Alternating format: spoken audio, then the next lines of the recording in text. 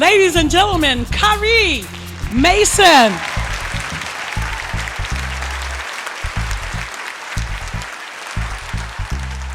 How y'all doing?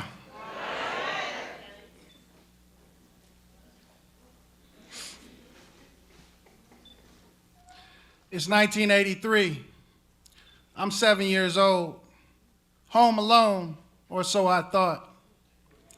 I heard a banging in what sounded like a metal baseball bat being dragged across concrete. I couldn't figure out where it was coming from. I finally figured out that noise is coming from the basement, but I'm scared of the basement. It's dark and it's damp.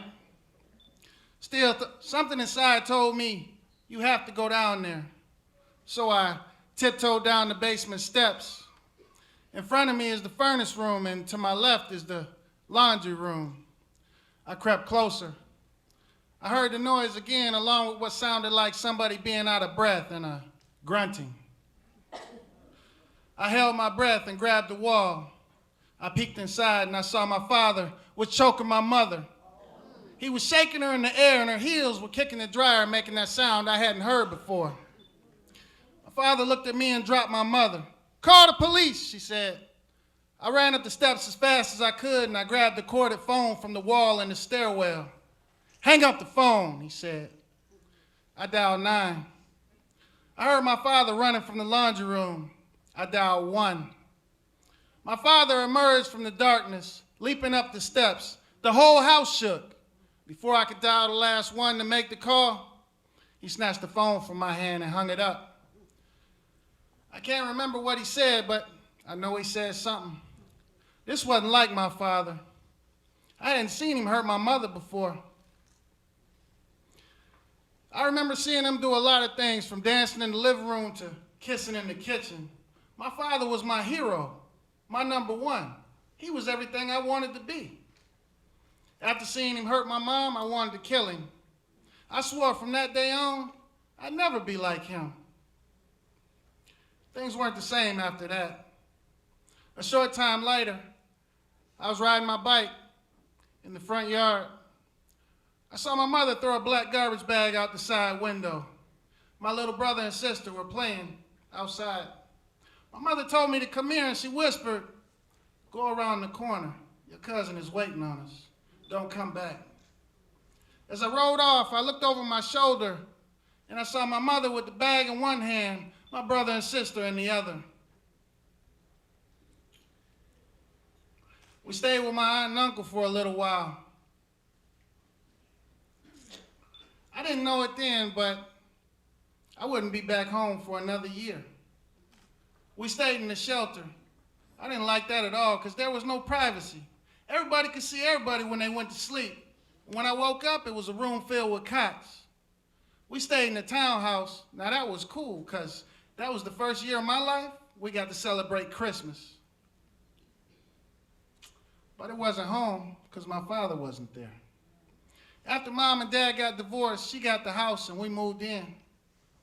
It was familiar, but it wasn't the same because my father, he wasn't there. He wouldn't be there on Saturday mornings to look over the top of his newspaper when I jumped from the steps with my cape around my neck. I couldn't play Frisbee with him or watch him play chess. I missed him, but I didn't want to miss him because of what he did to my mother. I think after they got divorced, I might have seen my father 2 more times.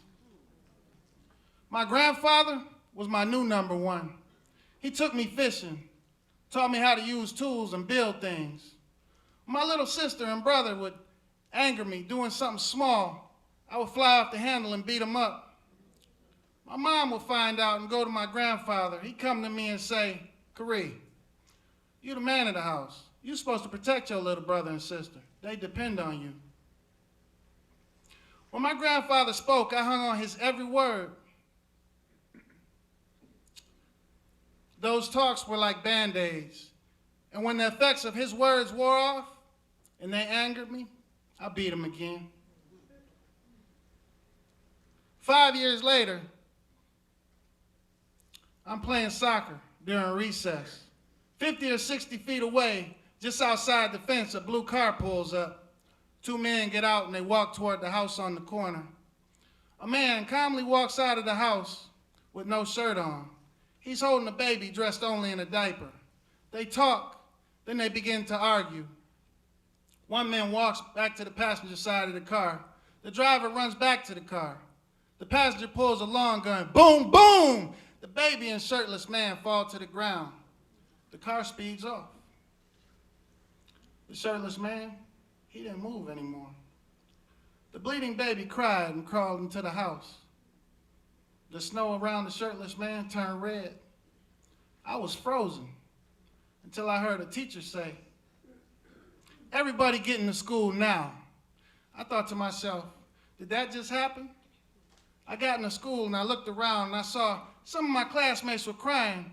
Others just stared off into space.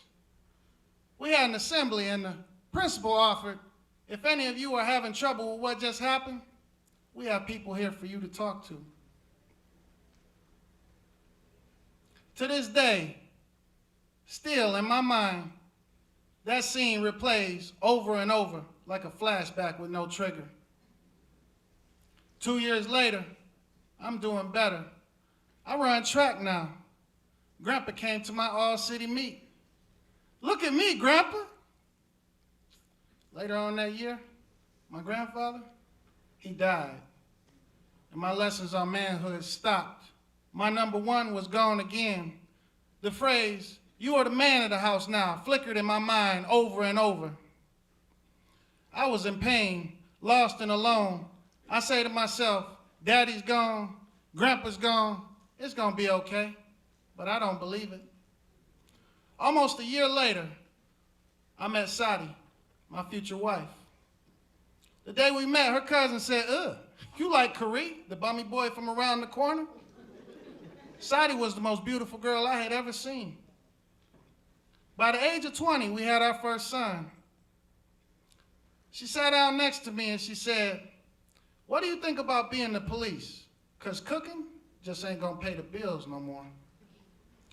By January of 1998, I began my career with the Detroit Police Department.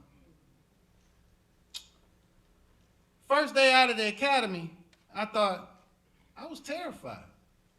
I ain't never been to the East Side before.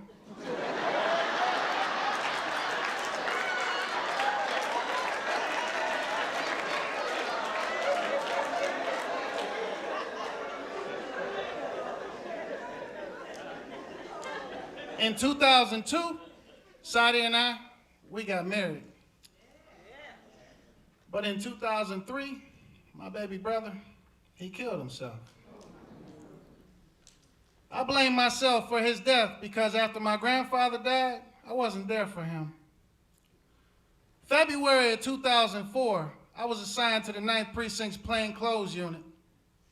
My partner and I were sent to a hostage situation. When we arrived, I heard a man inside say, "Please, man, I ain't got your money, but I can get it." We had the house surrounded.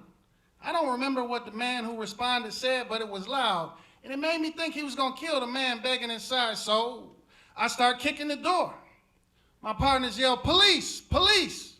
I must have kicked the door 20 times before it finally flew open, but it was unexpected, and I stumbled through the entryway. There were people in front of me in the dining room. As I raised my gun and flashlight to search for the hostage taker, I saw several flashes off to my right. With each flash, it felt as though I had been flicked, once on my left hand, once on my left shoulder. I tried to shoot the shadowy figure as he ran through the house, but my gun, it wouldn't fire. My partner grabbed me and dragged me out of the doorway and sat me on the porch. I looked down at my gun in my left hand and saw that my middle finger was blown off, revealing bloody bits of bone and muscle, and my radio microphone that was on my shoulder, it was in pieces. The gunman surrendered and the hostages were rescued. But my mind was preoccupied with the thought, how would Sadi and the baby survive without me? Maybe this job isn't for me. I went to therapy, and 6 months later, I was back at it again. 1 month after that, we had our second son. I now had a daily ritual. Before I got out of the car to walk into work, I say to myself, kill whoever you have to make it home.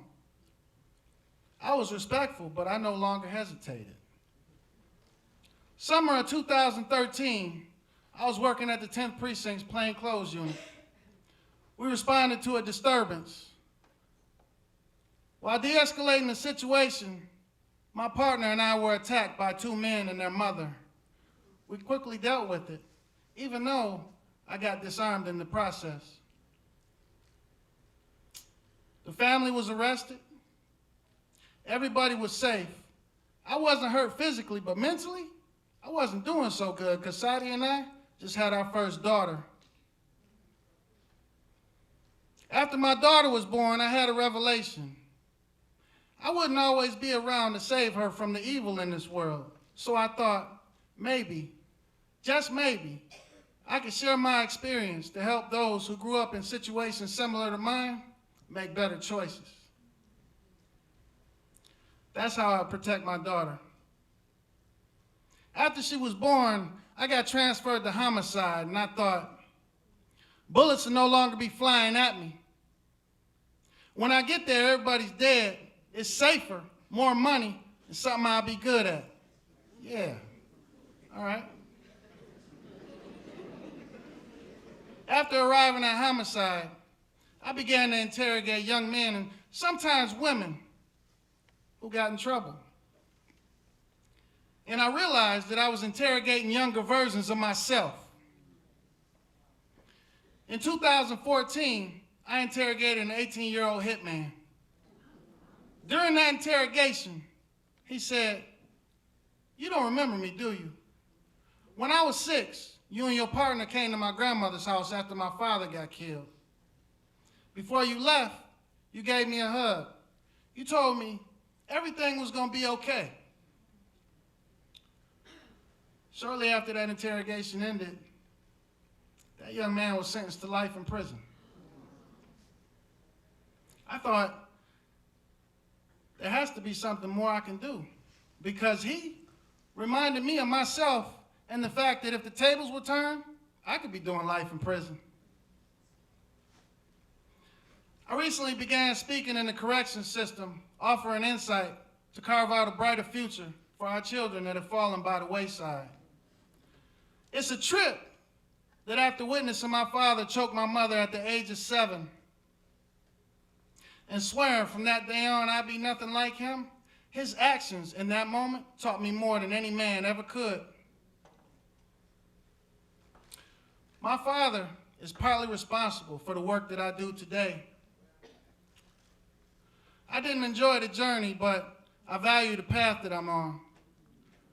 I want to thank my mother, my father, my grandfather, and my wife for helping to make my life possible. Thank you.